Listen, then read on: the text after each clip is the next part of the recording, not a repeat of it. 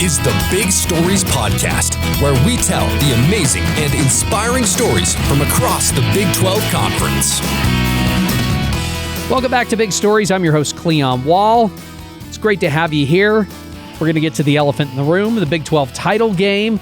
Also, the biggest storylines, including what's going on in Big 12 basketball. But first, we usually start with the top 5 teams of the week with producer Chase Davidson. But I think it's pretty obvious who the top 5 teams are. Number 5, TCU. Number 4, Houston. Number 3, Arizona. Number 2, BYU. And number 1, Texas Tech. Now, we could quibble with number 5, but the Horned Frogs looked impressive in their win over Cincinnati at home.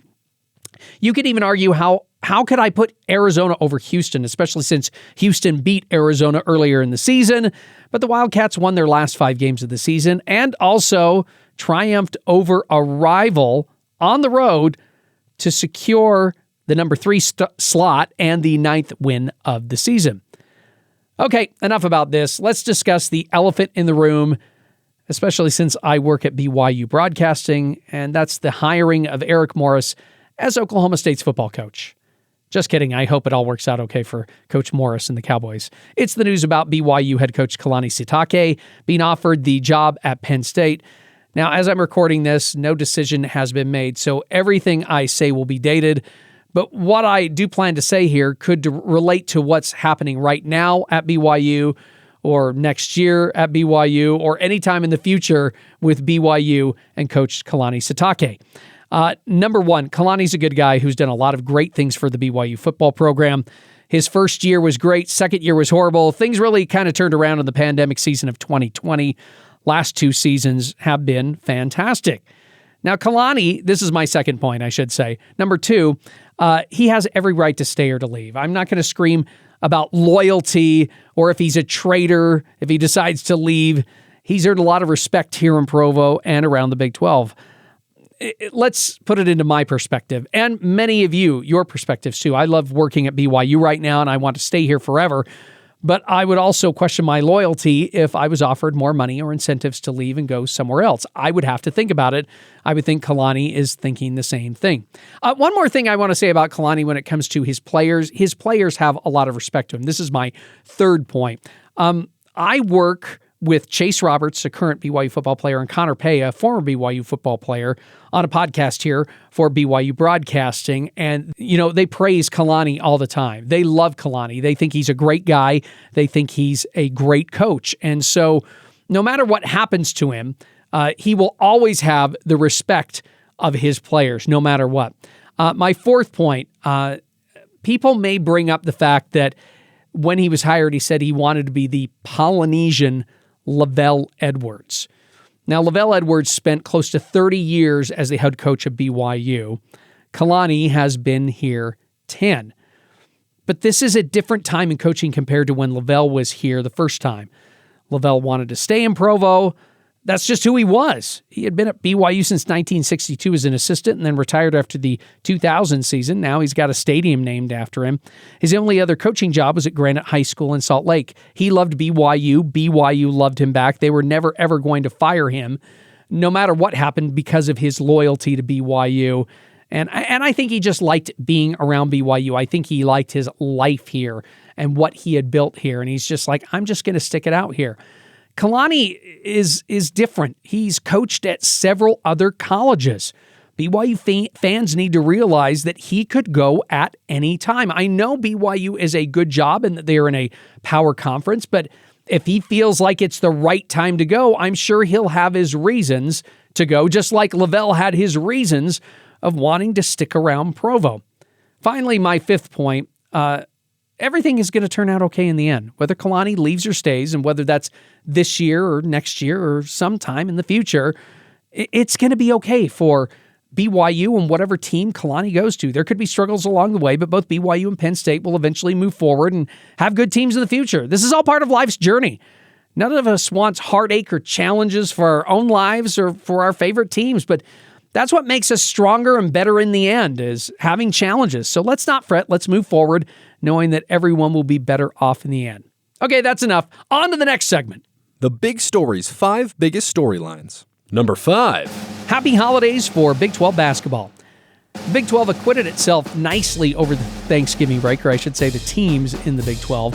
BYU won an ESPN tournament in Florida by beating Miami and Dayton. They hold steady at number 9 in the AP poll. Arizona State lost the championship game of the Maui Invitational 88-75, but won their previous 2 games over Texas and Washington State.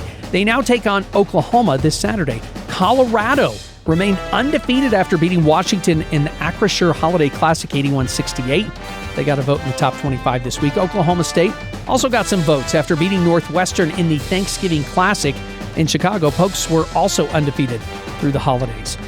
TCU is also getting some love from the AP voters after taking down number 10, Florida, on Thanksgiving Day in San Diego, and then following that up with a victory over Wisconsin. How about them Horned Frogs? I know the season's young, but those are 2 nice wins for TCU. Then there were the teams that went to the Players Era Tournament in Las Vegas. If you want to find out more about the Players Era Tournament, go back to the last episode. I explain a little bit more about it there. By the way, Baylor went 2-1 in this tournament, losing to a ranked St. John's team in the second game, but beating San Diego State in the final game. Iowa State won all 3 of their games in the tournament, beating St. John's, Creighton, and Syracuse. They move up 5 spots to number 10 in the AP poll. Kansas took 3rd place in the tourney after beating Notre Dame, Syracuse, and 17th-ranked Tennessee on the final day, 81-76. Jayhawks are now at number 21 in the top 25 poll. Now, that Tennessee team that Kansas took down in that last game, they did deal Houston their first loss of the season, 76-73. The Cougars fall from number 3 to number 8 in the AP poll, but you should expect them to be in contention for the Big 12 title and a Final Four berth at the end of the season. Parker Ainsworth of the Locked On Coogs podcast talks about this year's team. The Houston Cougars are relying on Kingston Flemings, the freshman superstar point guard, to be that developing player that's going to help them take it over the top this season. It's weird to say that a 5-star freshman is a, quote, developing guy that looking to contribute. But for a program that does not typically rely on freshmen, and for a point guard in a system that's really difficult for point guards, and I should mention that Kingston, of the 3 freshmen playing for Houston right now, was the lowest ranked of the 3. He's becoming an immediate X factor for Houston. If he can produce at a high level, this team is absolutely a contender to be back in the national championship game very, very soon. The highest ranked Big 12 team, by the way, number 2 Arizona, also went undefeated over the holidays. Number 4. How about them Red Raiders in basketball? Texas Tech is the lone top 25 team we didn't talk about in the previous segment. The 19th ranked Red Raiders are 6-2 on the season after victories over New Orleans and Wyoming. Their 2 losses are to number 1 Purdue and 14th ranked Illinois.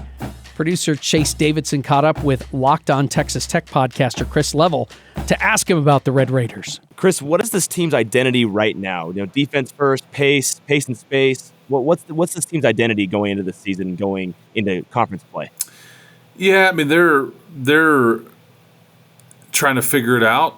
I think you're in the midst of that. As we're sitting here talking, you've got a game against LSU on Sunday in Fort Worth, which is the day after the Big 12 title game. You're set to play Arkansas in Dallas, and then you're going to go to New York and play Duke. So their next 3 weeks are going to be quite interesting as the tests are about to start coming fast and furious. I do the radio for Tech basketball in Champaign, Illinois a couple of weeks ago, and you're playing a top 15 ranked team, and there's 15,000 people there, and I was very impressed with how they played, considering it's not a group that has been together very much at all. And they took Illinois to the very end before, just getting edged out. The Bahamas trip the week before Thanksgiving, though, was not good. You probably shouldn't have beaten Wake Forest, but you did, and I think to their credit, they hung on. But the Purdue game, this was an example of a team with a lot of new pieces that is trying to answer a lot of the questions that you just asked versus a team that had every answer you could imagine. We've got 4 senior starters. We've got 8 or 9 guys returning from last year's team. We're very talented. We also got bounced in the first round of the NCAA tournament last year, and we're not real thrilled about it. And Purdue football is not any good this year, so all the fans they all went to the Bahamas. Well, Texas Tech's in the middle of this big football run, and you had like a couple hundred fans at the most, and I think there was like 2,500 Purdue fans in this little ballroom, and it was a mess, and your team did not handle it well at all. But you need to get better defensively. Offense is not your problem. Shooting is not your problem. But defensively has been a big problem, and until you decide to guard like Grant McCaslin wants them to guard, which has kind of been his identity, then you're going to kind of struggle a bit. And, you don't really have a lot of time right now because the easy tests are about over with. You've got 2 guarantee games left. The rest of them are the 3 games that I talked about, and then conference play starts. So, it's about to get interesting in Lubbock for sure. Yeah, definitely looking for that marquee win as far as the non-conference goes, but there's plenty of chances. Which matchup would you say of those? You play Duke, Arkansas. I believe you also play who else is it? LSU. Oh yeah, LSU this Sunday. And what would you say is the most telling of those games? Which one are you most anticipating the most? Maybe like the Duke game will be a tough one because it'll be a very pro Duke crowd. The LSU one will be a very pro Texas Tech crowd. The Arkansas game may be the one that's most telling. That's an 11 a.m. game at the American Airlines Center where the Mavericks play. These 2 teams played. Texas Tech beat Arkansas in the Sweet 16 last year, so there's some recent history there. Arkansas is very talented. I think they're somewhat inconsistent right now, kind of like Texas Tech is, and so that is the game that I would look at and say I think you'll learn quite a bit after that matchup. But and you have 2 really good players that came off of last year's Elite 8 team, and Christian Anderson and JT Toppin. JT Toppin is one of the best players in the country. It's just acclimating these new pieces, these talented pieces, mind you, and connecting them and getting them connected and getting them to understand, you came from Santa Clara, you came from UNC Greensboro, you came from Washington State, you came from Virginia Commonwealth and Luke Bomboye, their starting center, all these places. This league is about to test you like you've never been tested before. Night in and night out. The coaching is elite. The talent is elite. And you can get away with some little things when you're playing, Wyoming, and you're playing, New Orleans, and Sam Houston in the non-conference. You can't get away with some of this stuff when the conference starts, and that's why I think Grant tried to throw them into the deep end of the pool with the non-conference schedule that they put together, because this is as tough of a non-conference schedule as Texas Tech has ever had. Because you're going to end up playing potentially, in LSU, by the time you play them this weekend, they could be 8-0, but you could end up playing, 5 or 6 ranked teams in the non-conference before conference play gets here, and we already know what that looks like. Yeah, it's an absolute gauntlet, and I do think that a lot of these Big 12 teams are doing well, scheduling these tough matchups, preparing themselves for essentially these tournaments where you're playing several ranked teams in a row is kind of like Big 12 play. We all love the Big 12 as a gauntlet, but with TCU even beating Florida, this conference is so deep, you can't get away with anything. There's very few games where it's like, all right, we got this. There is, few and far between. You're going to play, 18 to 20 conference games, and there's going to be 1 or 2 of those you're going to have an easy game, maybe. Yeah, and Chase, I would tell you, too, this was a mandate passed down by the head of basketball, Brian Thornton, the head of basketball for the Big 12, at their spring meetings back in, I think, May. And everybody was, like, looking at what the SEC got in bid-wise last year. Was it like 14 or something? Mm-hmm. And the Big 12 didn't have near that many.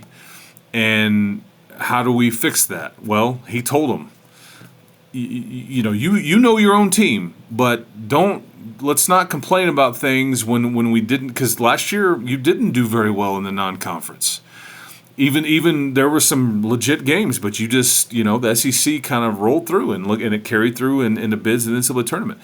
So I think that everybody kind of listened and was proactive there, and again, I think he asked the question aloud. Do you want to schedule to be a 1 seed? Do you want to schedule just to get into the tournament? What are you trying to do? But you need to make those decisions, and you've got time to do that. And it's different than football. When we talked about football recently, and you can suffer great consequences by an early season loss in football, but basketball, not so much. So, but I love it, and I hate it that it all happens at the same time, because so many of these great matchups in the non-conference for basketball, they get covered up by football because we're still in football mode and all that stuff, because you're getting unbelievable games and whatnot. But we'll see, and I know BYU's rolling too. I mean, they've got a lot of excitement as far as basketball goes as well. So again, and these two teams, I think Texas Tech and BYU play each other twice. There's a home and home there, so that ought to be fun. So it buckle up, because I always say it every year. Man, it's the best year in the Big 12, and I'm going to say it again. This year might be the best one.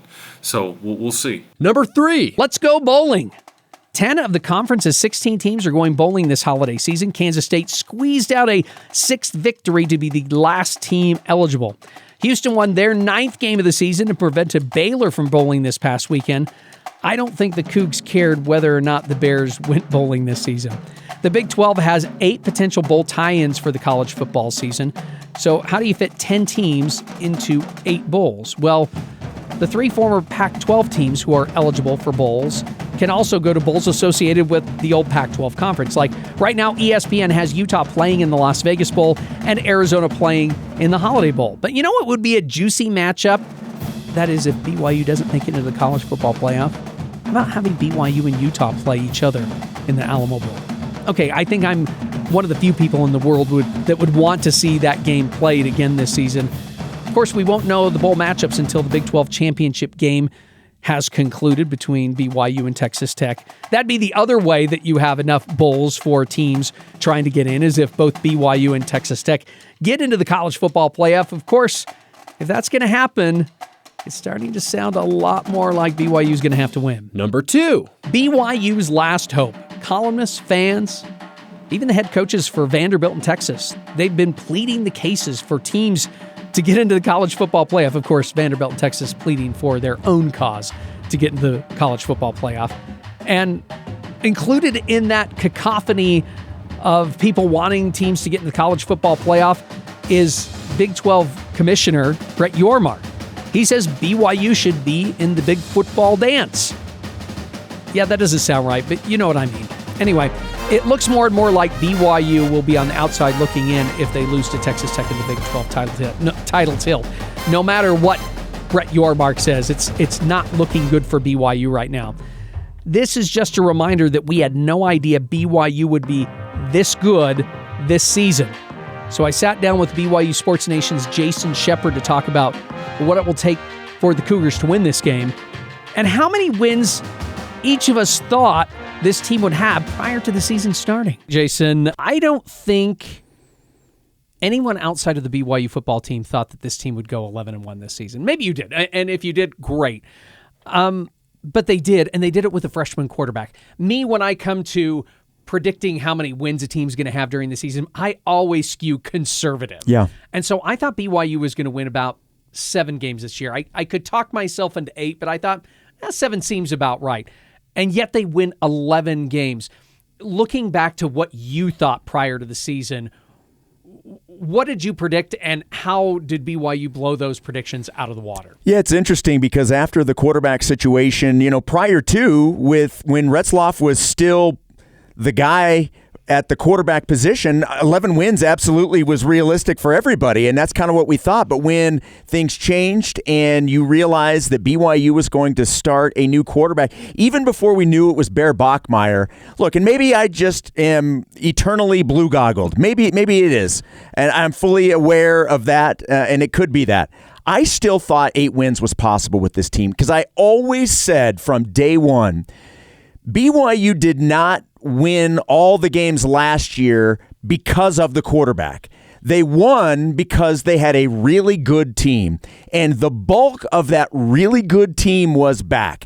Yes, the quarterback's the most important person, but I still thought whoever won the quarterback position had a really, really good offense around him. So I still thought they could win 8, possibly 9, but I had kind of settled around 8. So to be able to come in with a true freshman quarterback and start the way they did, to only have the one loss against a team now that's a top 5 team in the college football playoff, that speaks volumes to these players and these coaches for what they were able to do in a situation that nobody outside of Provo thought was possible. Any team can beat anyone on any given day. I mean, we could just sit there and say, I know this is an old reference, but I think 1980 Olympic hockey.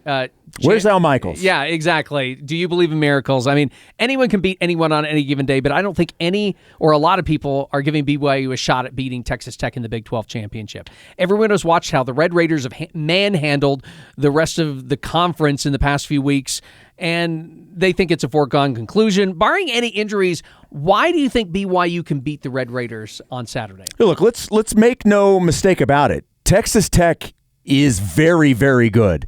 I mean, there's a reason why they're ranked where they are, and BYU saw that firsthand in the game in Lubbock.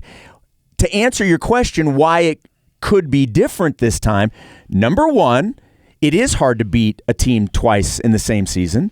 Number two, BYU was embarrassed by their performance. And there is a motivating factor in that we want to prove that we are better than what we showed in the first matchup. So I think that plays a role into it. I also think, look, the BYU defense actually played pretty well in that game, holding Texas Tech, I believe, to just 2 touchdowns. So the defense played well. The offense and turnovers were the problem. So I think if BYU can limit the turnovers, you'd love to see a 0, but at least win the turnover battle. I think that plays a huge role into this because we know how good this offense is. This offense can put up points. The other thing to look back on, if you remember back to the game in Lubbock, LJ Martin had 1 week, had the bye week before. He had gotten hurt the week before. You had the bye week, and then he was coming back. He was healthy enough to play, but certainly was not 100%, nor is anybody at this point of the season. But they held him, speaking of the Texas Tech defense, to just 36 yards rushing. If BYU can limit the turnovers, have the defense play the way they did, and have LJ Martin be able to be LJ Martin and get him running the ball on the ground, I think BYU puts themselves in a position to win this game. You mentioned LJ Martin. He could be one of the huge keys in this game. I look at this game and I think, and maybe it's recency bias because of what we saw against UCF, but I look at this game and I think wide receiver Parker Kingston and quarterback Evan Johnson are going to be two, or one guy on offense and one guy in defense who I think could make a huge difference in this game. Who would be your choice of the key guys, at least one guy on offense and one guy on defense that you think, yeah, these are the guys that are going to be huge if BYU pulls out a win against Texas Tech? I think on offense, it's LJ. It's got to be LJ Martin. We've seen what this offense looks like when LJ Martin is picking up 7 yards per carry. Even if you're getting 5 on first down, it just changes everything that's available to this offense on second and third down. So I think LJ, and I will say a 1A on offense, is how healthy is Chase Roberts and how effective can he be? Because him just being on the field helps a guy like Parker Kingston and JoJo Phillips and Carson Ryan, all these guys. So he's kind of like a 1A. On the defense, it's such a collective, but I'll go with Jack Kelly and his ability to sort of spy Baron Morton. We know how good Jack is. He is so good. I'm so glad he came back this year because he has done everything and more since coming over from Weber State a couple of seasons ago. He has been so good. So I will probably go LJ and Jack Kelly. I know those are some obvious ones, but they're obvious for a reason. Jason, thanks a lot for joining us here on the Big Stories podcast. You bet. Number 1. What a team. Texas Tech is the only Big 12 team almost guaranteed to get into the college football playoff, and it makes sense. In conference alone, they have been outscoring opponents by an average of 38-11. That includes a couple of shutouts to the 2 worst teams in the league. Their lone loss of the season was without starting quarterback Baron Morton, and they still almost won that game. BYU did score 7 points against them a few weeks ago, but the game was pretty much in hand when it happened. I'm not saying that the Red Raiders are invincible, but they proved to be the top dog in the conference. Here again is producer Chase and Locked On Texas Tech host Chris Level. Chris, what does Texas Tech need to do specifically to beat BYU twice I know it is hard to beat a team twice in a season. Many say that. But in your opinion, what is the X factor in beating this team twice? Chase, I think stop the run. I think it sounds pretty simple, very difficult to do, but that's BYU is as good as anybody in the country at running the football, and I think you've got to be able to limit that.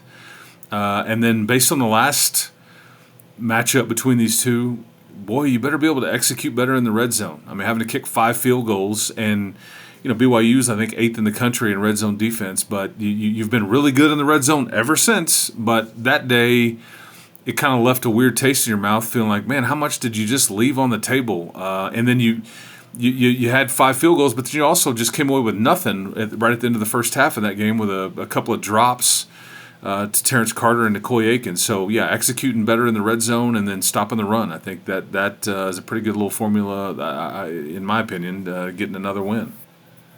Yeah, couldn't agree more. That game was very interesting as Texas Tech was definitely dominating, and both teams could argue that they had a lot left on the field. And Texas Tech offense did struggle in the red zone, which was an interesting part of the game that pretty much anyone who watched the game could see that. But I think that brings us to Behren Morton. How has Behren Morton been able to bounce back so many times this season? He's basically been injured for the better part of the season. Even in the BYU game, you could tell he was, not totally healthy. What has he done to bounce back, and how do you think his health is currently right now? Yeah, Chase, I think, because this game was a month ago, or it's going to be about a month ago between the times that they play. What are the differences in these two teams? And I think Behren Morton is a big difference for Texas Tech since the last time that these two teams played, just simply because he feels better. He only played a half against West Virginia this past weekend, played 1 drive in the third quarter. They were up 35-0, and then there's a bye week the week before that. And I just think just the rest. He's been playing with a broken leg. He's had a hairline fracture in one of those lower, bones in his lower leg, and I think that just what helps that? Well, no activity does. So I think that, and he threw for over 300 and like I said, a half and 1 drive. Went through, 3 touchdown passes, and I think played arguably his best game. It's fascinating to me because L.J. Martin was also compromised or didn't feel very good either. I mean, he's carried the ball 75 times in the last 3 games and has 12 catches. And so I think those two players for each team are very different than they were the first time that you played them. But Behren took BYU's interesting because they'll blitz a lot on first and second down, which is different than a lot of teams when they really lean on third downs to blitz. And Behren got caught a couple times. He took some bad sacks and not as mobile as he would prefer to be, and didn't throw the ball away when he needed to, and things like that. So, but I think, Behren's been a warrior. I think he's worked very hard to play on a stage like this, and I would look forward to seeing him compete on Saturday morning for sure. And he's a big part of why they're here. Yeah, you could definitely say that was one of the only aspects of the game I would say that BYU won was sacking Behren Morton. And that was, obviously a lot of it was hindered by his injury. Final question here for football. Do you believe that both these teams belong in the playoff regardless of Saturday's action? How do you feel about the College Football Playoff Committee, the Big 12? What's your opinion on that? I think if either one of these teams was in a different league, and we know the two that what I'm talking about, it wouldn't even be a question. It's disgusting to me that they're both not shoo-ins. I mean, they are a combined 22-2. It's just the way it worked out. You wish that both teams, and this goes for both, had something else on their resume in the non-conference.